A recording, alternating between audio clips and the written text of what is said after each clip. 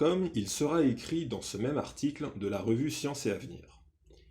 Il semble que, d'un commun accord, responsables égyptiens et français aient voulu minimiser la découverte du tabac sur la momie.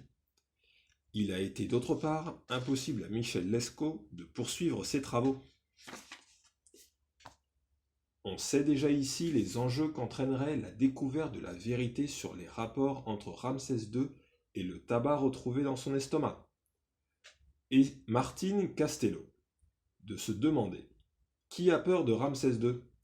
À propos de cette attitude pour le moins curieuse, la journaliste scientifique écrit: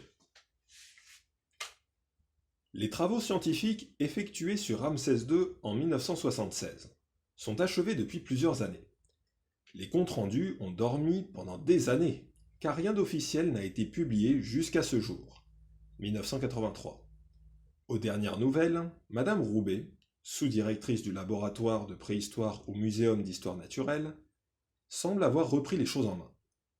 Elle a fait signer, en juillet 83, une lettre à tous les chercheurs qui ont travaillé à l'opération Ramsès II, les informant de la préparation d'un article sur ses travaux et de la publication, en 1984, d'un ouvrage édité par l'Association pour la diffusion de la pensée française. Le rapport de Michel Lescaut, qu'elle a remis à Madame Roubaix, a été tronqué. Madame Roubaix refuse toute déclaration à la presse, estimant devoir elle seule informer le public. Elle nous menace verbalement de graves ennuis si nous nous entêtons à faire notre métier.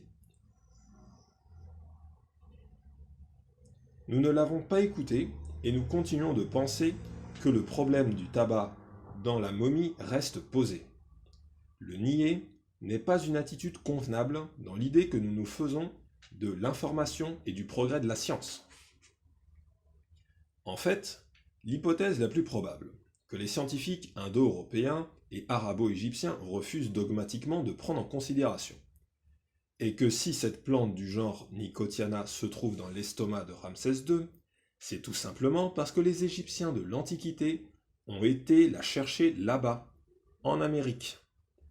D'autres chercheurs ont fait les mêmes découvertes et connu les mêmes fortunes que Michel Lescaut.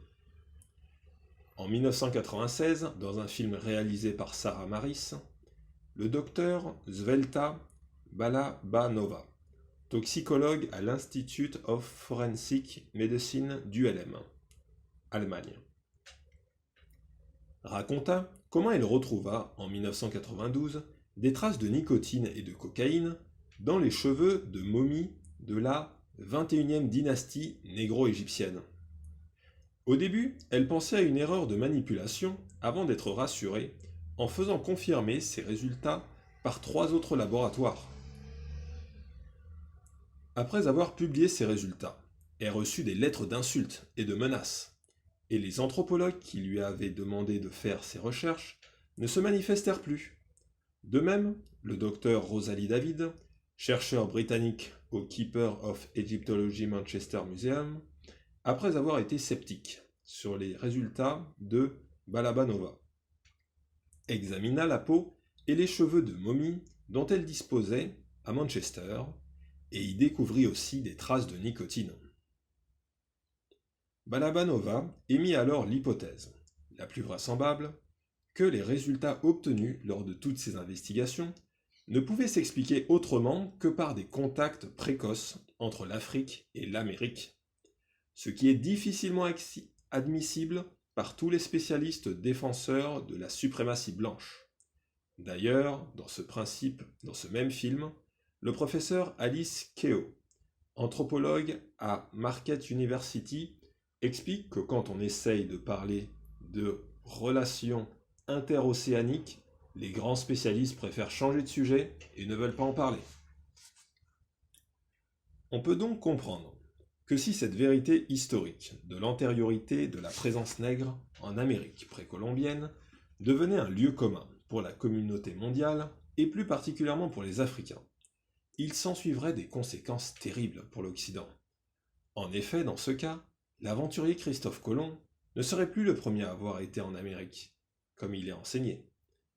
Et du même coup, Les statues négroïdes, le système hiéroglyphique, le procédé de momification, la forme des pyramides de certaines civilisations américaines précolombiennes trouveraient leur explication.